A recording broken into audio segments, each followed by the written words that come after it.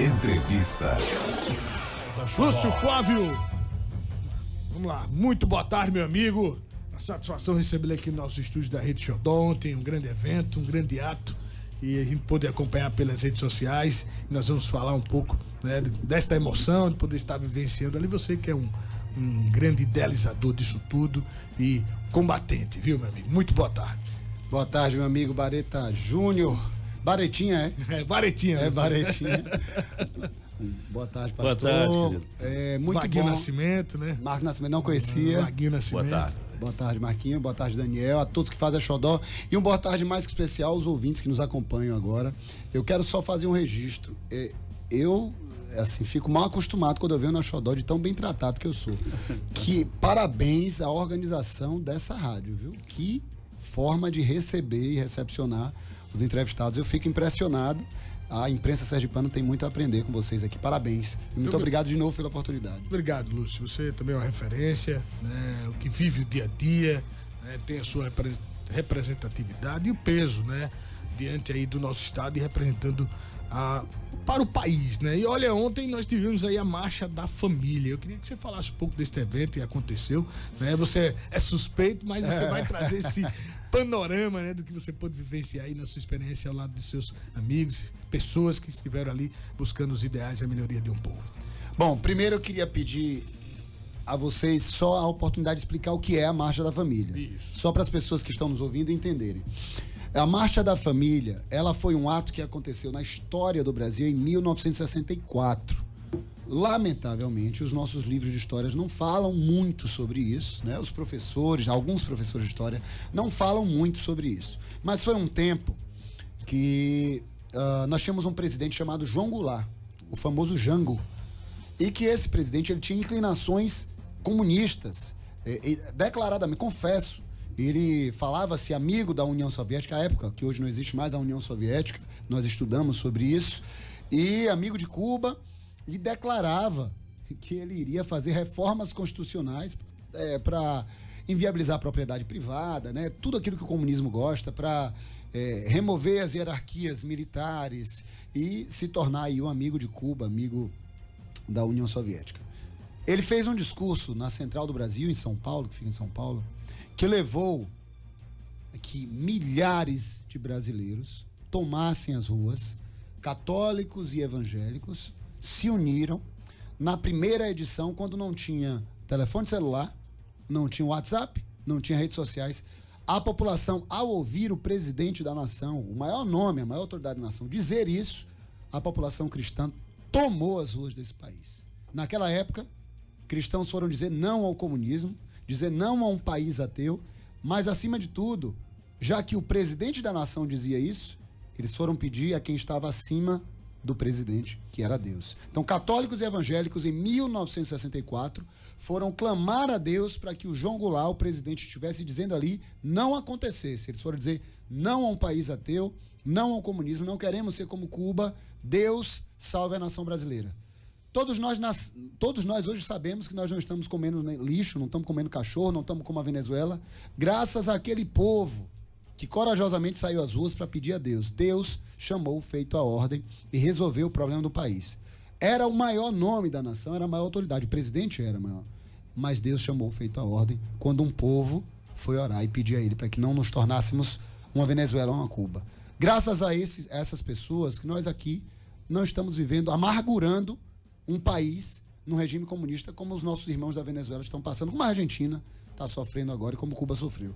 Em 2021, eu sou evangélico, né? Em 2021, algo falou meu coração fortemente em meio aos decretos que nos limitavam de trabalhar, e quando o STF queria dizer assim, ei, a gente vai decidir agora se a igreja abre ou fecha. Quando o STF ousou querer decidir se ele decidiria se a igreja abre ou fecha, se você pode abrir o seu comércio ou não, nós tomamos as ruas de novo com a releitura da Marcha da Família.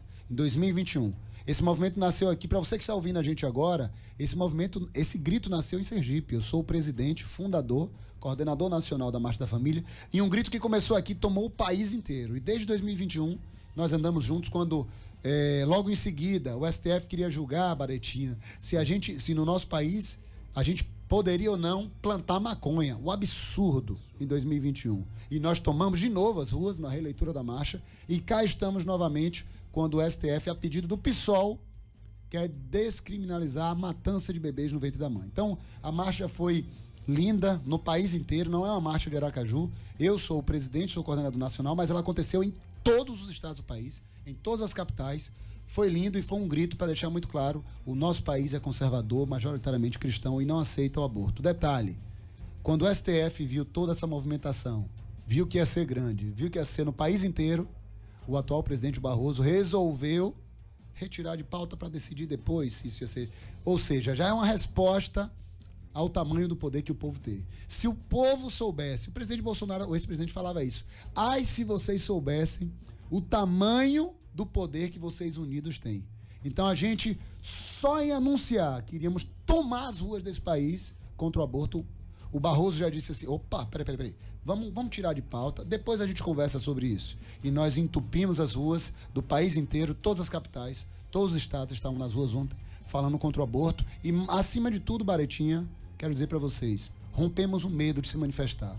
Estávamos há quase um ano. A gente estava conversando aqui em off, né? Você antes de iniciar aqui, justamente essa questão, né? Que vivia esse medo e esse receio de voltar às ruas, né? Exato. Você conte um pouco mais sobre isso. Exatamente. Depois do 8 de janeiro, que foi um ato completamente desorganizado, sem liderança, um ato acéfalo, porque não tinha uma programação, não tinha um coordenador, não tinha um líder, não tinha um roteiro, não estava aliançado com as forças de segurança. Um ato acéfalo. Depois daquele dia, que gerou sanções jurídicas absurdas, inclusive, as pessoas estavam com medo de se manifestar. Então estava todo mundo há quase um ano aquartelado em casa, sem saber: o brasileiro pode ou não pode se manifestar mais? Se manifestar, vai ser preso? Esse era o medo da nação brasileira e nós rompemos esse lacre, rompemos o medo, devolvemos a população às ruas, sem desordem. Olha, nós fizemos atos enormes no país inteiro, nas primeiras e segundas edições da marcha. Inclusive, um ato em Brasília, a gente bateu o recorde de pessoas lá na esplanada, em que não tinha uma vidraça quebrada, e até o lixo, a nossa comunidade, milhões de pessoas ali, recolhia. O presidente Bolsonaro chegou a cavalo naquela época, eu estava no trio, foi a primeira edição que eu não fiz aqui, deixei nossa equipe aqui fazendo e fui para Brasília, e a gente viu um ato lindo, verde e amarelo, pacífico, as forças policiais cooperando, porque elas foram convidadas e notificadas, e aquele 8 de janeiro não é um exemplo do manifesto conservador.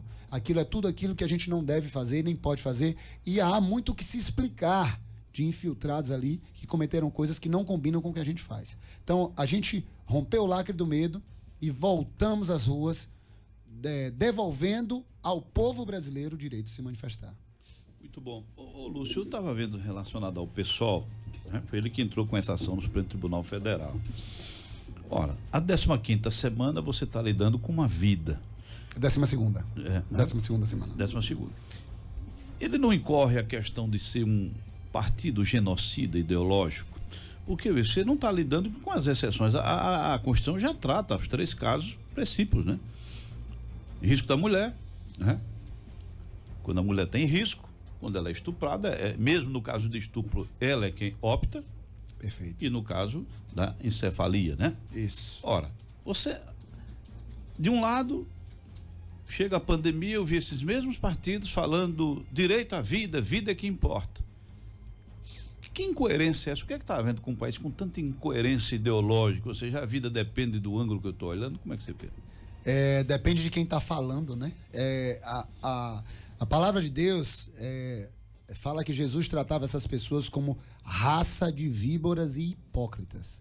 Pessoas que não tiram a trave do próprio olho e querem condenar outras pessoas por aquilo que elas mesmas fazem. O aborto, ela é uma palavra bonitinha para esconder o ato covarde de assassinato de um incapaz que está ali confiando na proteção da própria mãe. Então, um bebê...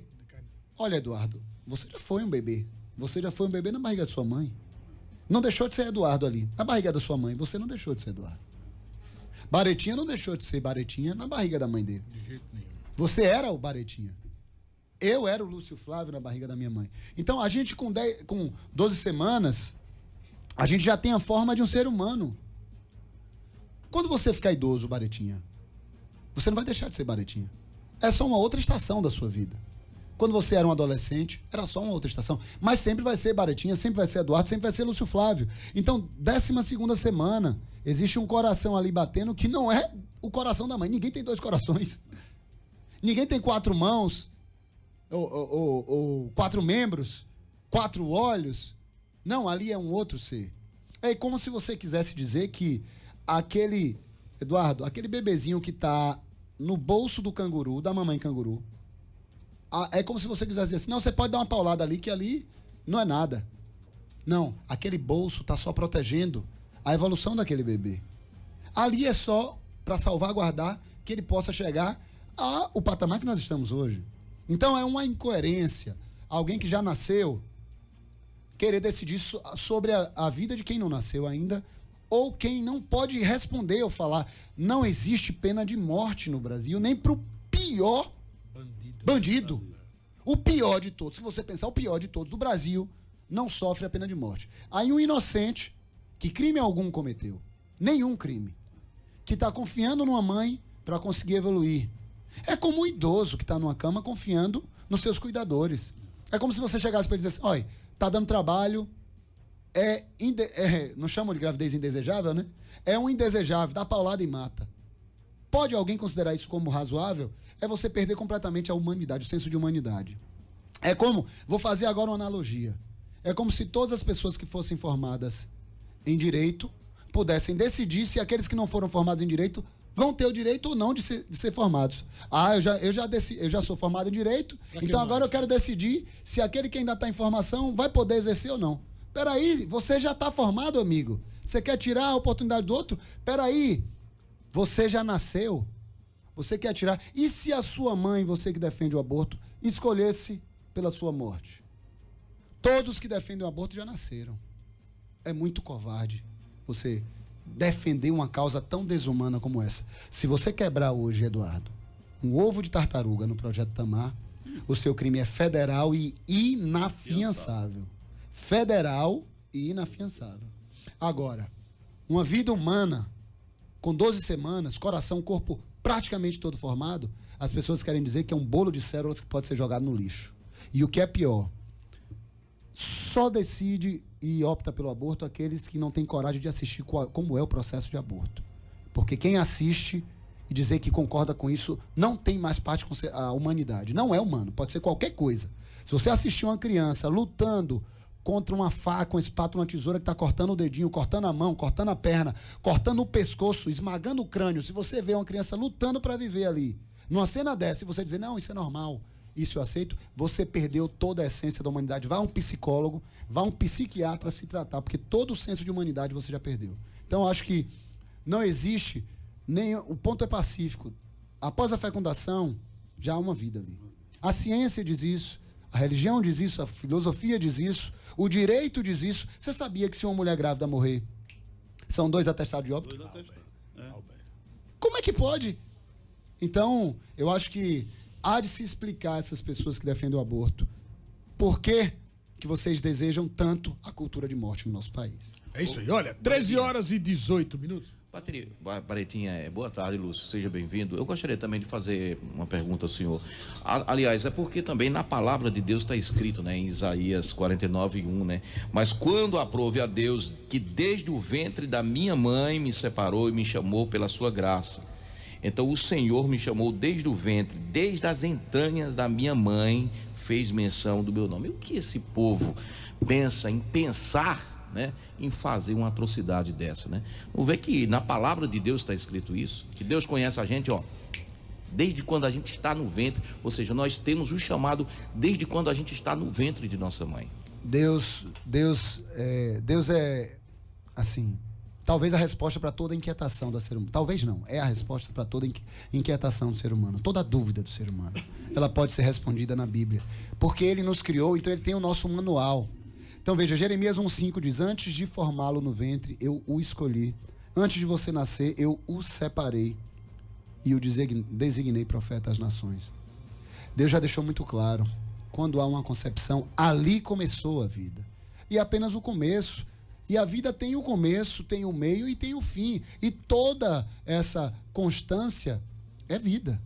Então, eu acho, sinceramente, que o cristão que diz que não deve ser, viu, Eduardo, você que é pastor, o cristão que diz assim, não, a gente não deve misturar a fé com política, ele precisa voltar para a palavra de Deus. Porque na palavra de Deus existe um homem que foi José, que foi governador. E ai daquele povo, se aquele homem de Deus não fosse governador, que morreria no tempo de seca e fome. Então, sim, a palavra de Deus diz que quando o justo governa, o povo se alegra, mas quando um ímpio governa, o povo sofre, o povo geme. É fato que o PSOL atacou o coração de Deus, atacou o coração do povo cristão, dos católicos e dos evangélicos, que são quase 90% da nossa população, quando ele faz um pedido tão descabido, horroroso como esse, junto ao STF. Primeiro, que como o Eduardo falou aqui, já está pacificado isso na Constituição, é crime e ponto. E veja, é crime em qualquer circunstância, mas existem 3 casos, como o Eduardo bem citou aqui, que a justiça não aplica pena alguma, porque entende que a mulher ali naquele momento já está em sofrimento. Então você não vai criminalizar uma mulher que porventura tenha passado pelo aborto por conta de um estupro. Não deixa de ser assassinato, ela matou uma criança ali. Mas ela passou por um processo que você não pode julgá-la pelo estado emocional que ela está passando ali. Mas aborto no nosso país, a Constituição já diz, é crime. Os fatores religiosos estão pacificados, os fatores jurídicos estão pacificados, os fatores científicos estão pacificados, mas lá vem o PSOL, que se acha, como eu não sei nem o quê, e quer pedir ao STF para liberar geral. Olha, o aborto é a prática que mais ataca a saúde mental das mulheres. E o PSOL, que se diz defensor de mulher, quer liberar geral, porque aborto gera depressão, aborto gera angústia, aborto gera síndrome do pânico, gera culpa, e aborto pode gerar, inclusive, a infertilidade da mulher. Ela pode cometer um aborto ali e, de repente, ela perder a capacidade de gerar filhos. Então, é uma pena a gente ainda ver pessoas defendendo isso. Vamos girar a informação, vamos com o Glauber Leal, participando aqui dessa entrevista com Lúcio Flávio, lá direto de Tobias Barreto. Deu o Glauber Leal, tá aí no ponto. Mais uma vez, boa tarde, Barita Filho, Eduardo Carvalho, aos ouvintes da Rede Xodó de Comunicação, uma ótima sexta-feira. Saudar aí o nosso entrevistado, o Lúcio Flávio. Seja bem-vindo à Rede Xodó de Comunicação. Receba um abraço aqui da região sul e centro-sul de Sergipe, em especial da capital dos bordados, a cidade de Tobias Barreto. A minha pergunta, Lúcio Flávio, é a seguinte: tem sido imputado aos manifestantes de direita o rótulo de baderneiros e vândalos. No seu entendimento, as manifestações de seu grupo respeitam as regras de civilidade? Desde já, eu agradeço os esclarecimentos e desejo uma ótima tarde. Ô Glauber, muito obrigado pela pergunta. Eu agradeço de verdade a oportunidade de responder sobre ela. Olha só, não há registro, Eduardo, Baritinha, Glauber, de nenhum ato conservador, nenhum registro, nenhum ato organizado por uma organização conservadora, nenhum na história do Brasil que você tenha registro de baderna, de quebra-quebra. Agora, pelo contrário, vamos lá, vamos falar a verdade, porque a verdade liberta. A maioria absoluta dos atos de esquerda, eles geram dano ao patrimônio público, dano ao patrimônio privado, geram vítimas e lesões, inclusive ataques às forças policiais, e eles atacam as forças policiais, pedem o fim da polícia militar. A gente viu jornalista sendo morto com um rojão, que foi num dos primeiros atos de dimensão nacional da esquerda. Mas por que eles invertem esse discurso, trazendo isso para a direita? Nós, conservadores, fizemos atos gigantescos verde e amarelo em Brasília. Ninguém viu notícia de absolutamente nada. E eu digo, na primeira edição da Marcha da Família, em 2021, nós tivemos um único caso de agressão de uma pessoa, um militante ativista de esquerda, uma senhora militante ativista de esquerda, que do alto do seu 5º andar atirou produtos congelados na cabeça de uma idosa que passeava na Marcha da Família. A idosa desmaiou imediatamente pela altura e pela contundência do gelo na cabeça dela. E ela alegou à polícia que ela estava com raiva da Marcha da Família e precisava resolver a raiva dela atirando isso na cabeça dos manifestantes. Aí você quer dizer que os atos de direita são baderneiros? Eles salivam de ódio, rosnam e babam quando eles veem os valores conservadores e cristãos da família. Eles têm ódio a Deus. E nós sempre damos o bom exemplo. Pode olhar os atos que aconteceram em Brasília, nenhuma vidraça quebrada. 8 de janeiro não representa o que aconteceu com os conservadores, porque ali há muito o que se explicar. Ô, Baritinha, meu querido Lúcio, o manifestante vândalo e terrorismo. Nós tínhamos no dia 8 de janeiro manifestantes, isso direita e esquerda sempre fizeram, né? Aliás, quem mais esteve nas ruas foi esquerda. As esquerdas sempre tiveram nas ruas, tá certo? Sempre, exato. Manifestante. Você tinha um vândalo, eu acho que quem quebrou a vidraça tem que pagar. Tem que responder. Tem que responder pelos seus atos, no rigor da lei, né? Quebraram o patrimônio público, precisam pagar na medida da lei. Perfeito. Sou... Concordo Agora, plenamente. Manifestante vândalo e terrorista, você colocar um ato daquele como um ato terrorista, de vovós que não tinham nem um canivete, o que a gente diz então do Hamas? O que é terrorismo então? Eu acho que é uma oportunidade para a imprensa nacional, a grande imprensa, fazer uma reflexão. Eduardo, não é razoável, eu conheço a missionária Hilda e as fotos dela circularem na esquerda como uma terrorista, uma senhora com mais de 70 anos, quase 80 anos, só anda com a Bíblia na mão e a bandeira do Brasil, orando. Todos os nossos atos ela está. Ela é a nossa intercessora da Marcha da Família. Como eu falei, a Marcha da Família é um ato nacional. Eu sou presidente, mas tem no Brasil inteiro, incluindo em Brasília. Ela é a nossa intercessora. E as pessoas colocarem um rótulo de terrorista para uma mulher daquela, uma mulher frágil daquela, e não abrem a boca para chamar de terrorista o Hamas nas suas matérias de imprensa. E veja, eu concordo que quem depredou, quem cometeu o crime no 8 de janeiro, ele responda, mas também há de se fazer um juízo aqui. Responda proporcionalmente ao dano de uma vidraça quebrada, ao dano de uma invasão, porque você imputar 17 anos para uma pessoa que quebrou uma vidraça, não me parece que isso seja senso de justiça. E isso me parece que está aí nessa sentença arraigada de revanche, arraigada de ativismo judicial ideológico. Sim, que respondam quem fez, que responda pelo seu ato, mas na devida proporcionalidade. Não pegar todo mundo e dizer que todo mundo tem a mesma culpa, que é mentira, não é verdade, e não também com penas tão absurdas. Nós estamos vendo aí agora com o Hamas o que é terrorismo. E eu acho que a imprensa merece pedir desculpas, a grande imprensa. Eu sou jornalista. Eu tenho formação acadêmica de comunicação social. E eu sei que a imprensa, quando ela abre a boca para negar dizer que o país está melhorando, para ela dizer assim, o Brasil despiorou com Bolsonaro. Isso é um crime que ela faz. Quando ela se permite falar em todes, ela está cometendo um assassinato à língua portuguesa. Então, a imprensa brasileira está passando por um momento de reflexão. E o povo não é bobo. O povo não é besta, não engole mais. Então, eu acho que agora a gente sabe o que é terrorismo. E agora a gente está vendo aqueles que estão aplaudindo o Hamas hoje, aqueles que estão aplaudindo o que esses caras estão fazendo, inclusive degolando crianças, eles precisam ter noção e voltar a aprender o que é o senso de humanidade. Isso aí. Olha, 13 horas e 28 minutos, agora mais participações e interatividade aqui com o nosso amigo Lúcio Flávio Rocha. É o Robson Martins, direto de Propriá também, o nosso comunicador, participando aqui deste bate-papo, desta entrevista. Vamos lá.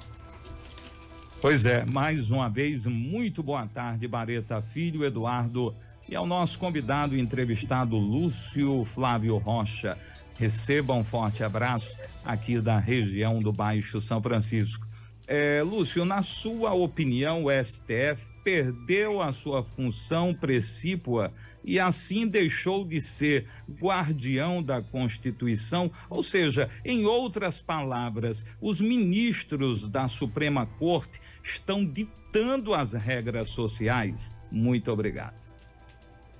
Olha, Robson, chegou a pergunta na hora certa, né? A gente estava falando desse tema agora. Calhou a gente falar sobre isso. Eu não acho que seja o STF, tá, Robson? Vamos fazer assim a devida justiça. O STF é um órgão necessário para avaliar se determinadas decisões, medidas ou leis estão alinhadas com a Constituição. O problema não está na instituição. O problema está em alguns dos ministros que estão tomando decisões ao arrepio da Constituição, ao arrepio da lei. E aí eu entendo que a gente precisa moderar a nossa crítica para que ela não seja vazia. Não, o problema não está no STF. O problema está nas decisões de alguns dos ministros que deixam claramente as suas impressões digitais do seu ativismo ideológico, do seu lado político. Ministro que começa a dar entrevista demais, a dar palestra, a se posicionar politicamente, não é admissível que um ministro abra a boca para dizer que a eleição não se ganha, se toma. Não é razoável que alguém diga missão dada, missão cumprida, logo após a posse de um presidente da República. Então a gente percebe que o problema não está nas nossas instituições.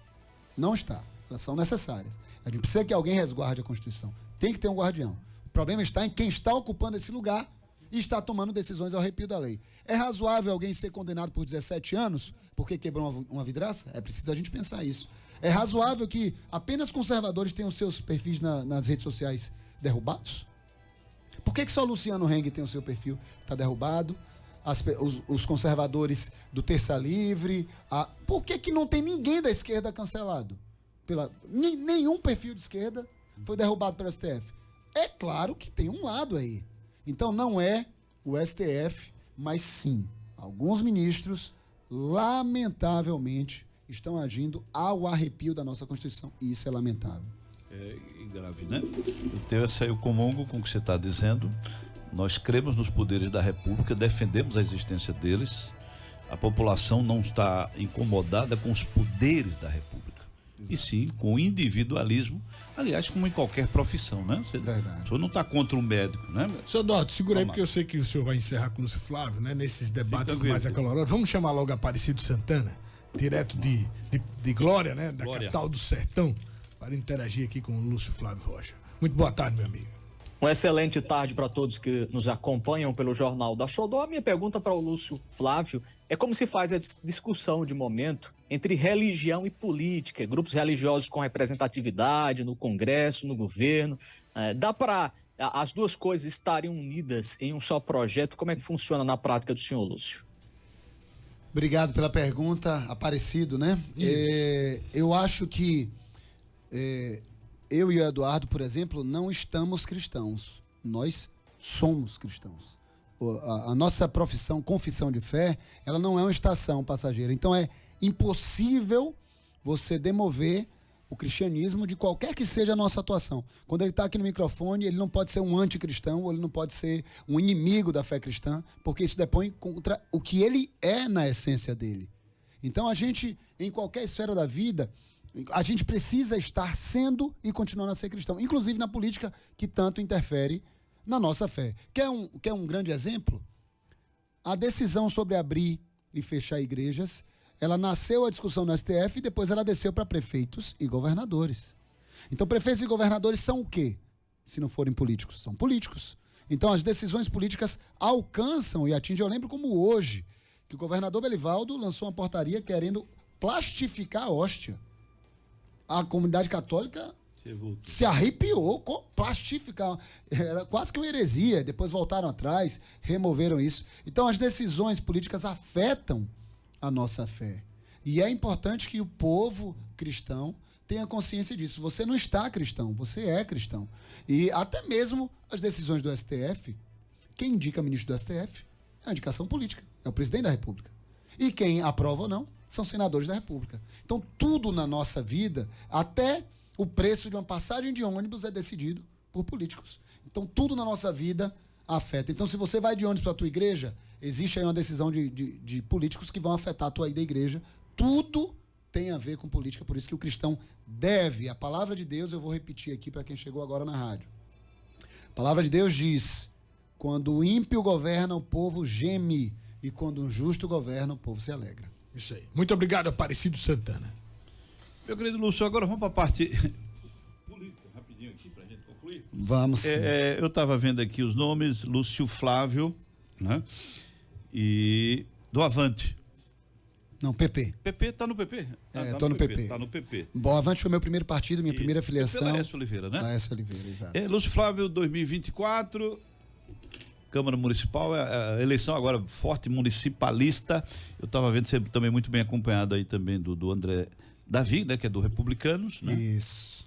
E acho que 2024 vai mexer bastante. Você tem pretensão também, 2024? Sim, eu tenho pretensão de representar aqueles que pensam como eu, aqueles que me seguem no meu Instagram, no @LúcioFlávioSE. Já deixo aqui a dica para você que está me ouvindo agora e ainda não me conhece, as minhas posições, @LúcioFlávioSE, e eu pretendo representar o pensamento conservador, o pensamento cristão, o pensamento de direita. Todos sabem que eu sou um apoiador do ex-presidente Bolsonaro. Fiz a campanha dele aqui, trouxemos a primeira-dama também no evento lindo no SIC. Essas são as minhas posições, as quais eu não nego em momento algum e não tenho nenhum medo daqueles que dizem, não, mas você perde voto porque tem muito eleitor de Lula. Não estou preocupado em voto. Eu estou preocupado em estar deixando claro para a população quais são as minhas convicções, sem firula, sem mentira e sem procurar ganhar like com isso. Serei candidato, sou pré-candidato em 2024, possivelmente a uma vaga na Câmara de Vereadores de Aracaju, da capital. André Davi é um amigo pessoal que essa movimentação política me deu, e eu acredito, Eduardo, que ele muito em breve vai estar assumindo uma cadeira na Câmara, porque como o mandato dele foi tomado no tapetão, essa é a minha visão, perdeu o mandato, foi o deputado eleito e perdeu o mandato por conta daquela questão dos votos da Eliane Aquino. Há alguma discussão aí no STF em relação ao mandato do Ícaro, que lamentavelmente pode perder o mandato. Não é um desejo nosso, porque é um candidato do PL, Partido Bolsonaro, mas pode perder o mandato por conta da cota de gênero, conta das mulheres do partido que criaram um problema lá. Então pode ser que o Ícaro perca, lamentavelmente, digo isso com pesar, que ele é um deputado do PL, que faz base ao presidente Bolsonaro. Então o Ícaro pode perder o mandato, infelizmente, ou o Gustinho, que já está declarado como cassado, o Gustinho Ribeiro. Então, ou Gustinho do Republicano vai abrir a vaga para o André Davi, ou o PL caindo. Na contagem de votos, haverá mais uma vaga para o Republicano entre o André Davi. Então desejo que ele assuma, não por conta da saída desses dois nomes, mas porque o André merece, porque tomaram o mandato dele no tapetão. Mas eu quero que eu diga ao meu coração, eu desejo que a vereadora Emília Correia viabilize a candidatura dela. Esse é o meu desejo. Tem muita gente pedindo para eu sair candidata a prefeito, não é o meu desejo. Acho que a Emília está muito bem nas pesquisas, é um nome forte na oposição, e o desejo que eu tenho é que a Emília viabilize isso. A gente já colocou o Partido Avante à disposição, que é um partido que eu tenho trânsito. Como você falou, você achou que até que eu era de lá, porque eu estou ajudando a organizar o Avante, indicando algumas pessoas. Então colocamos o Avante à disposição da Emília, caso ela não consiga a legenda, porque não sei se você sabe, o Patriotas está entrando numa fusão aí com o PTB. Então não se sabe como é que isso vai ficar nessa fusão com o PTB, que é o partido da Emília, o Patriotas. Então, como não se sabe como vai ficar, tendo em vista que uma eleição para majoritária precisa de segurança, a gente colocou o Avante à disposição dela. Eu estou no PP temporariamente, mas todo mundo é sabedor, Laércio é sabedor que eu não sigo com o candidato Edivaldo Nogueira. Não tenho nenhuma condição de apoiar uma candidatura que seja indicada pelo Edivaldo Nogueira. Eu sou oposição frontal ao grupo do Edivaldo Nogueira, então não seguirei caso o PP siga com... PP, né? Você está no PP? Estou no PP. Provisoriamente, né? Olha, 13h38, então chegamos ao final desta entrevista com o Lúcio Flávio Rocha. Ele pôde expor aí um pouco dos seus trabalhos e as suas atuações, né? Você pode acompanhá-lo através da sua rede social, né? Ele é um combatente, um defensor da família, e pôde expor aqui muito dos seus trabalhos e das suas ações em prol daquilo que ele acredita. Isso é muito importante, e você pode rever esse bate-papo depois lá no YouTube, acessando o nosso canal da Rede Xodó de Comunicação. Vai lá no Jornal da Xodó e reveja, e passe a seguir também o nosso grande amigo aqui, Lúcio Flávio. Satisfação recebê-lo, espero que volte mais vezes, viu, meu amigo? Bareta Filho, eu quero lhe dizer que eu vou dar uma primeira mão aqui para vocês, viu, Eduardo? No ato da marcha de ontem, nós fizemos um quadro com a bandeira do Brasil e um bebê no meio, que é a chamada o símbolo Provida do Brasil, em que foi pintado com as mãozinhas das crianças, as digitais das mãozinhas das crianças presentes no ato. Esse quadro a gente vai encaminhar para o acervo do Palácio do Governo do Estado de Sergipe, como um símbolo de que o Estado de Sergipe é um Estado provida, que foi declarado por uma lei feita pelo ex-deputado Pastor Antônio dos Santos. Fez uma lei e foi ao STF, através do procurador Dr. Zé Paulo, enfrentar e contrapor o PSOL em nome do Estado de Sergipe. Então, Sergipe foi o único estado que foi ao STF, contrapor o PSOL, através do Dr. Zé Paulo, por conta de uma lei que foi feita pelo pastor Antônio dos Santos. Então, esse quadro foi feito, tá lindo, com as mãozinhas das crianças sergipanas, dizendo que o Estado de Sergipe é um Estado pró-vida. Então, esse quadro vai ser entregue. É a primeira mão, ninguém sabe disso ainda na imprensa, não falei na imprensa, só quem foi no ato está sabendo, e a gente vai entregar, possivelmente quem vai recepcionar isso é o governador do Estado, porque ele é o comandante do Palácio do Governo e entrará para o acervo do governo do Estado, para ficar para a história. Eu vou deixar aqui com vocês o manifesto Provida, que é a lembrança do que aconteceu ontem, declarando vida ao povo sergipano. Parabéns, Lúcio Flávio, parabéns a todos que fazem aí, né, a coordenação da Marcha da Família.